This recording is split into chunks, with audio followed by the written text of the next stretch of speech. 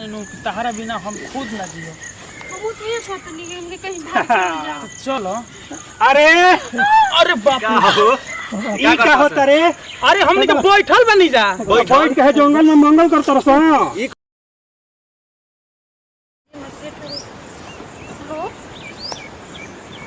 Hello. हां hello. कहाँ बड़ो? बानी घरे हो का हो गइल? बड़ा हाली फोन करले बड़ी ढेर दिन तो। ढेर दिन पकड़ बने बड़ा मुश्किल में फसल बने। का हो गइल बताओ? मिलबा ना हमरा से सब फोन रे बोल दी।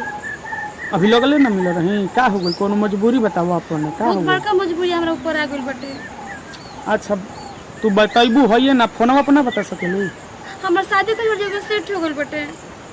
तो ठीक तो बा का हो गइल ओले? हम दूसरी जगह शादी नहीं कोई चाहता रे सिवा। अच्छा ठीक बा रुको हम आवत तनी।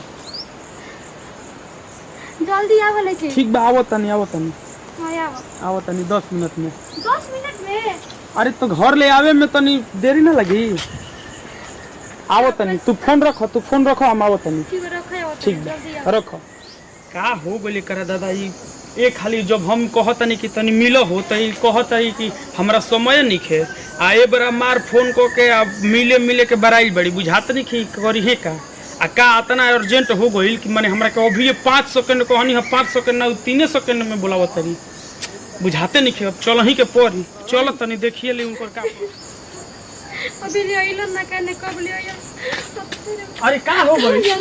अरे तो का ही रो तारू का मजबूरी बा बताओ? फोन पे कि पापा मैं कहीं जगह शादी सेट कर दिले बारन। तो ई माने शादी सेट हो गइल तो रोल जरूरी बा? हम तारा सिवा कोई किसी और के नहीं के भइल जात हम तो बहुत प्यार करते जान। ठीक बस सुनो आखिर सुनो हम बताओ तनी आखिर कबो ना कबो तो शादी करही के न बा? हम तोहरे से काम जल्दी करो। देखो ई कोनो बात ना भइल कि मतलब प्यार कइलू तो हमरे से शादी करबू। बाबू माई खुश रही है नु तो तू खुश रहबू ठीक बा? अगर मान लो हमरा से भाग के अगर शादी कर लेबू आ जब बाबू माई खुश ना रहियन तो तू हम खुश रहब जा? तुम तो अभी नहीं के जी सकत हम कोची कर। अरे तो कहां हम कहत नहीं कि तहरा के हम छोड़ दे? तू शादी ना करबो कोई ना करबो शादी अभी जे में कोई कुछ जान दे ना दिया करबो। अरे होय काहे? अरे तो कुछ के हम जान दे काहे पागल गइल बड़ू? पागल हो गइल बड़ू? हां तो से क्या करम तो करम न तुम के लेके भाग चलो ना तो अभी हम कुछ के में। अरे होय पागल बड़ू हैं? तहरा के कहत नहीं कि तहरा बाबू ले हाथ मांगो। सुनो हम 2 पल खातिर अगर तहरा जिंदगी में नहीं तो प्यार हो आ 9 महीना तहरा के माई बाबू ऐसन पोसलस पललस तहरा के 9 महीना माई अपने कोख में रखली उ प्यार भुला गेलू आ 2 दिन के प्यार खातिर तू मुंगे खातिर राजी हो गेलू आ माई बाबू के दिल पका गुजरत होई तू ऐसन काहे का बात करत रहू? प्यार सुनो तहरा के हम बाबूजी ले जाई के अपना बल पर तहर हाथ हम मांग के आ तब दिखाई कसम से। हां कसम से तब घरे मांग के देखाओ तनी हम तहरा बिना ना जी सकिना लेकिन तू हां जी। अरे पता ना जी उहे कबे से देखत रहनी बुलाई कर लेकिन कबे से केनका गले मिल रोवत बुझाता ना भाई बहन ना होसन जी। अरे लभर लागत रह सब गले मिल रोवत रहलिए चोच में चोच लड़ावत रहसन आ दुनिया जान से का मतलब है देखी रवा ई सब मत काम करम समझ गई ना शादीशुदा होके न तो जानत नहीं कि हम का कलेम जहर मार खा के मर्जी में नहीं रह जिम नहीं घर में जइबो ना करम। अरे ऐसे कहम तो काहे के हम जान देम जी। चलिए ठीक बा अपन ख्याल रखब जात नहीं हमहू घरे आ न तो जात लइकन के पीछा करब कहां तक से जात ऐसा। हां ठीक बा रख काहे टेंशन लेते हो? छोड़ेंगे ना हम तेरा साथ साथी मरते दम। ठीक बात तारक से हम बहुत प्यार करीना हमहू बहुत तारक से तो बहुत प्यार करीना तो तू जोहर खाए लगत रहू ई कुआं में कूदे लगत रहू तारा बिना सासु मरे सकीना तो हम तारा बिना जिए ना पहले भी बताओ तो एक दिन तू फोन ना करेलू नु तो हमारा दिल के धड़कन बढ़ी जाला अब ही जब बैठल जाबो अब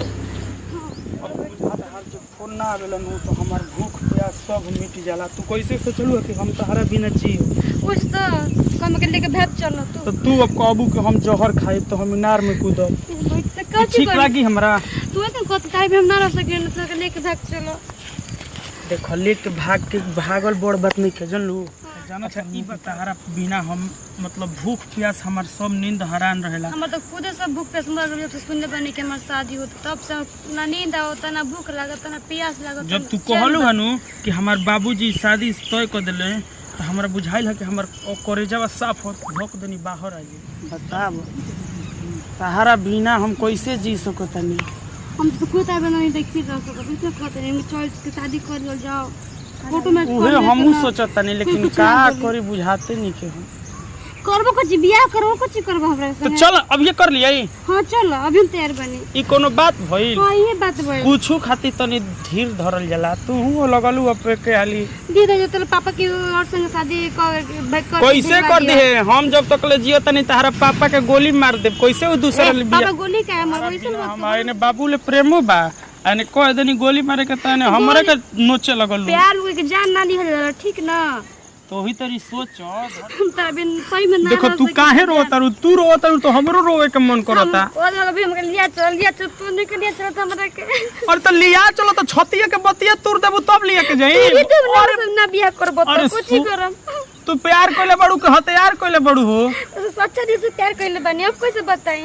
तो ठीक बा ओकरो समय होला नु। हम कहत है नु कि हम तोहरे से शादी करब। एकरो हम कुछ नहीं के जाना था हम चल अभी शादी कर। अरे लड़किया पागल हियो का ये भगवान प्रभु बताई करे की का करो जहिया कुंवार रहल। ए बाबा ये क्या करता रहा? बबुआ भैंस से करी हई है ना का होता हो? शूटिंग करता सन शूटिंग करता समझो तो तनी डंटावा।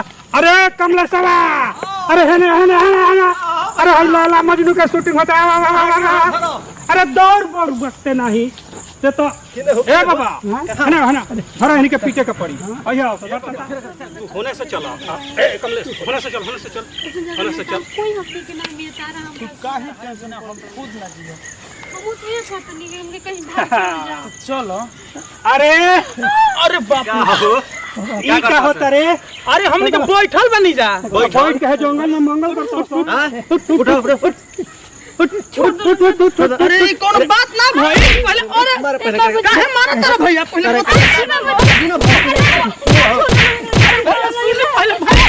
अरे कमलेश बा धर रे करे भैया मत मार बाबा करे सुनी ना हमर भैया सुनी ना अभी निकाल तुम्हारा फोन नंबर तो मोबाइल 9 नंबर हो।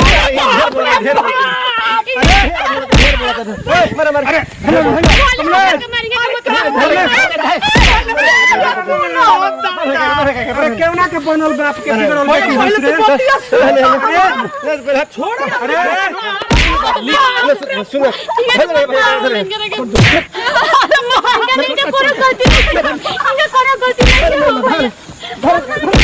उनकर गलती नहीं खे तोर गलती बा ते ही भगा के ले रहले है ना। है जे जंगल में मंगल करे खातिर छोड़ दी। क्यों ना बाप के बिगड़ल बेटी है इसरे?